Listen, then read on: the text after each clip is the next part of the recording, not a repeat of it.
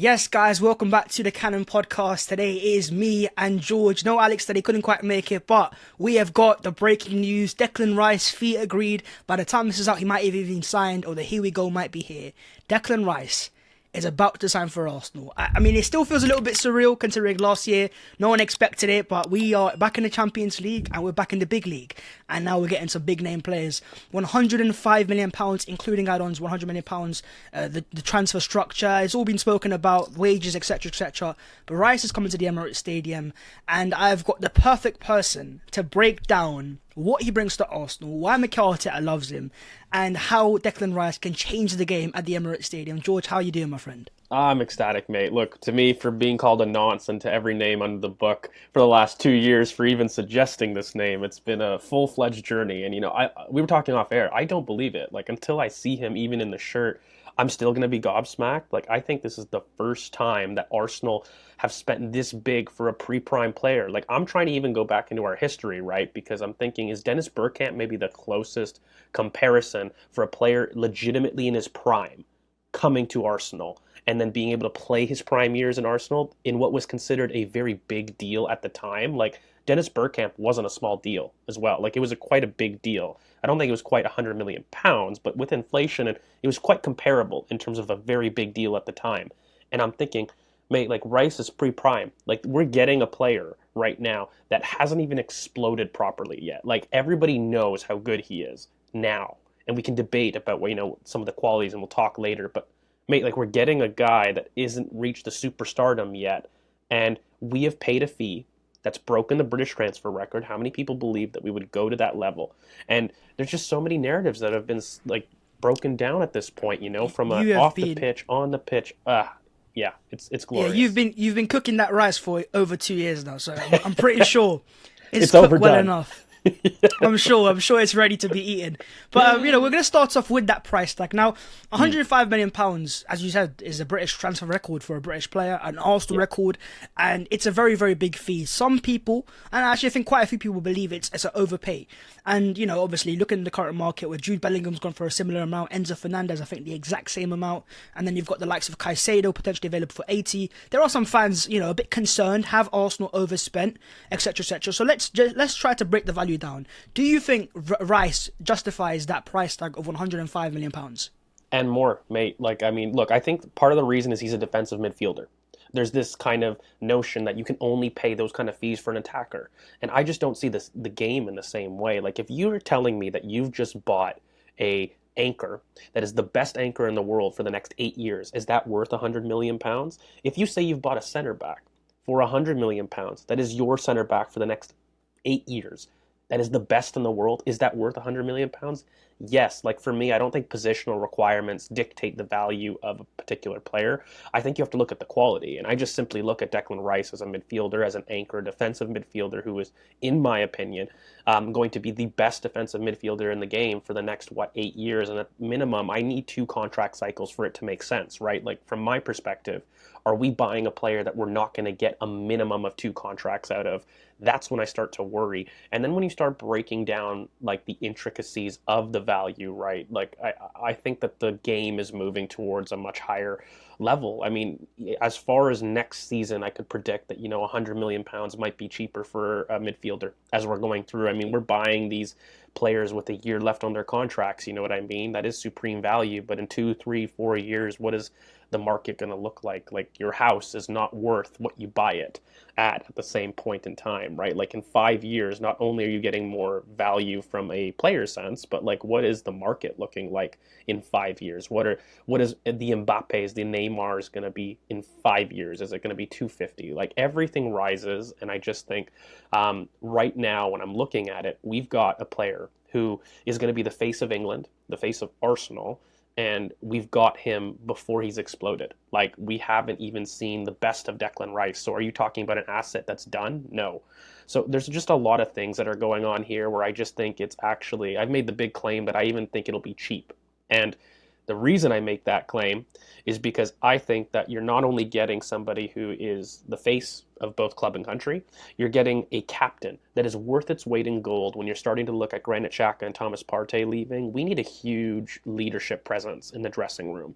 One that we can rely on, that can be available for over 38 games a season, and that consistency of performance from experienced pros has been something, mate, that for me has lacked for the last decade. When I look at the big reasons why we even were so-called in the mud in the last 5 to 8 years, your players like your Mustafis, your Socrates, even your Aubameyangs, like, we could not rely on experience. And we are buying a player right now that has got ample experience in the league. We know what we're getting. He's top 3 DMs in the world right now in terms of his position.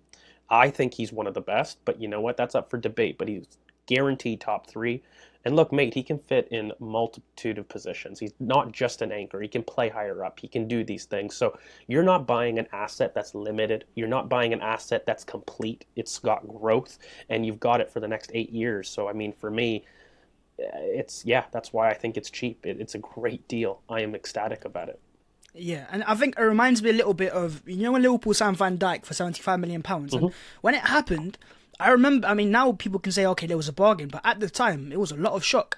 Man City refused to pay that amount. They thought it was not worth the money at the time. So the Van Dijk signing, this could be, and it should be that for Arsenal, because when you're spending that level of money, of course, while the player has the quality, it's now over to the player and the system to perform to this best level, and he has to take Arsenal to the next level. But as you're right there, that he's a captain, a leader, and lifting West Ham's first trophy in God knows how long. That is an example of him leading his team, raising the level to a level where, they are now a European champion to an extent. And you can see how much the West Ham fans are gutted that he's going. You can see how much David Moyes loves him, that Gareth Southgate loves him. And we've not seen Rice in an elite environment. We've not seen him in a team like Arsenal's yet, I almost think for him it will become easier as a player, because he'll have players in the right positions now. And I think under Mikel Arteta there is a potential explosion, as you keep saying, and I'm looking forward to it.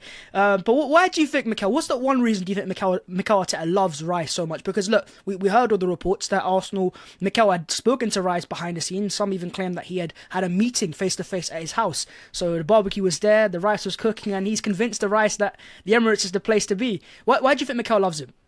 Look, I think there's so many intangibles off the pitch that we've talked about in terms of that leadership capacity, and the idea to lead the team is something that Mikel's looking for, because he's been looking for a statement project signing for quite a while. And by the way, this is the first time that we supposedly got our first choice target, quotes and air quotes, and he's gone so far about going overboard. So there's got to be something beyond just the football, and that's why I talk about it, because I do think it's important. But let's stick to football. For me, I've called him a unicorn. It's been peddled around on Twitter since I've called that, but what is it that makes him so much different? For everybody knows kind of the defensive monster that he is, the transition control that he provides, and from Mikel at his core, he is a duel monster. Like, everybody makes fun of kind of the videos and stuff, but what's a duel though? That's Jewish, really. Like, there's duel. Even Mikel doesn't say duels. First Ajax, now duels, bro. I mean, what's happening in Canada, man? Yeah, you know what? We've got to get some pronunciation lessons over here, because, Ajax and everything, it's going to be chalk on people's ears. But look, I think at its core, right, he's a defensive transition monster. And what he does allow is he gives the platform for your attackers to get into the box quicker, more frequently, and without the worry about committing themselves back. How many times have we seen Bukayo Saka, for all his greatness, be tasked with quite a bit of off-the-ball responsibility? Tons of times, and it doesn't allow him to get into the box as frequently or isolate players as much. And when you've got somebody like a Declan Rice, he gets you goals because he allows you to put more players in the box, and that is something that Arsenal have been improving all of last season. There's been a couple statistics that Arsenal have flooded the box some of the most in Europe's top 5 leagues, and I think that is the goal moving forward. And not just that, but mate, look at his legs. And what I mean by that is he's got some of the quickest feet I've seen for somebody of his size. His dribbling mastery in tight spaces is unheard of. He should not be able to look the way he does and with the frame he does and move in the way that he does. He's a little bit clunky in maybe some of his turning radius and his body positioning, but his actual control of the football in tight spaces is phenomenal. Something that we coaches call step count, which is basically how fast that you can decelerate or accelerate with the ball. And he does that brilliantly. Like, he is somebody that on command can be at 100 miles per hour, stop, quick, turn, and spray the ball with an excellent passing range. Beautiful technique. He's got great ball striking, so he's got an ability to not only see the pitch, but you can see him in terms of West Ham and the responsibility. He's responsible for build-up, progression, and finishing chances in a team that doesn't support him. So can you imagine what he's going to be able to do in a team that's he's able to trust? It's scary.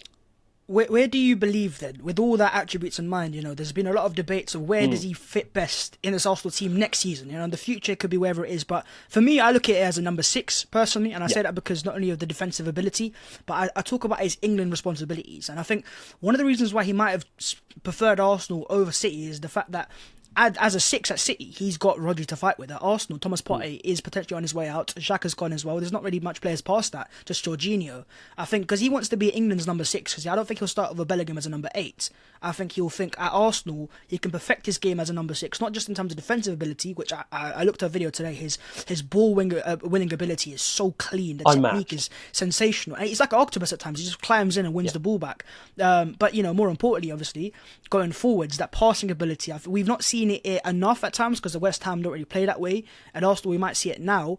Where do you think, though, quickly, is Declan Rice's best position next year for Arsenal?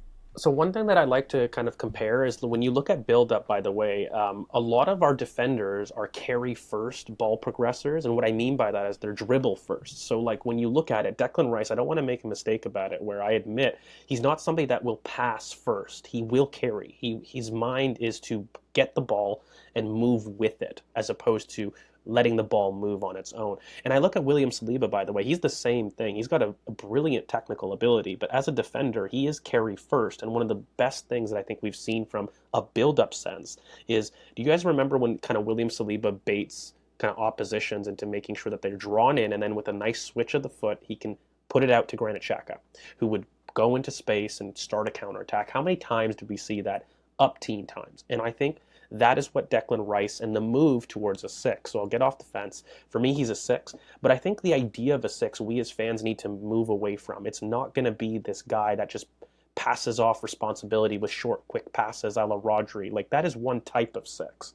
I think Rice is going to be a very different type of 6. I think we're going to see a lot more mobile 6s come in the future, by the way, when you're looking at your Caicedos, your Romeo Lavias. What do these players have in common, by the way, guys? They're also carry first defensive anchors, whether you see them a little bit higher up the pitch finally or even as an anchor.